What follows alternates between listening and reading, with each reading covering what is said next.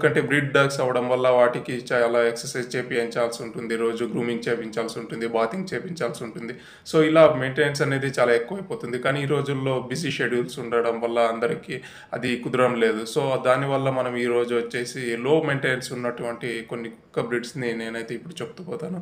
Number 1 వచ్చేసి French dog. French dog చాలా మంచి బ్రీడ్ డాగ్ అయినప్పటికీ అది అవుట్డోర్ ఎక్సర్సైజ్ అనేది ఎక్కువ అవసరం ఉండదు. ఇది అన్ని పెట్స్తో తర్వాత అన్ని ఏజ్ల పీపుల్స్తో చాలా ఫ్రెండ్లీగా మింగల్ అయిపోతుంది. నెక్స్ట్ చిహుహువా ఆల్సో మంచి డాగ్ బ్రీడ్ అయినప్పటికీ చాలా చిన్నదిగా ఉంటుంది. తర్వాత దీని వంటి లక్షణాలు బట్టి దీనికి రెగ్యులర్ గ్రూమింగ్ చేయాల్సిన అవసరం అయితే ఉండదు. నెక్స్ట్ వచ్చేసి డషెంట్స్ కూడా వాటి కాళ్ళు చాలా చిన్నదిగా ఉండడం వల్ల అవుట్డోర్ ఎక్సర్సైజ్ అనేది ఎక్కువగా అవసరం ఉండదు. తర్వాత వాటి ఒళ్ళు అనేది చాలా ఎక్కువగా గలీజ్ అయితే అవ్వదు. దానివల్ల గ్రూమింగ్ అండ్ బాతింగ్ అనేది రెగ్యులర్గా అవసరం ఉండదు. ఇటాలియన్ గ్రే హ్యాండ్స్ ఆల్సో మంచి బ్రీడ్, చాలా ఫ్రెండ్లీ బ్రీడ్. కానీ దీనికైతే ఎక్కువ గ్రూమింగ్ అనేది అవసరం అయితే ఉండదు వాళ్ళ వంటి లక్షణాలు బట్టి. షీట్సు అనేది చాలా చిన్న డాగ్ బ్రీడ్. ఇది వచ్చేసి చిన్న ప్లేస్లో కూడా చాలా అడ్జస్ట్ అయిపోతుంది. చిన్న పిల్లలకి పెద్దవాళ్ళతో అందరితో చాలా ఫ్రెండ్లీగా ఉంటుంది.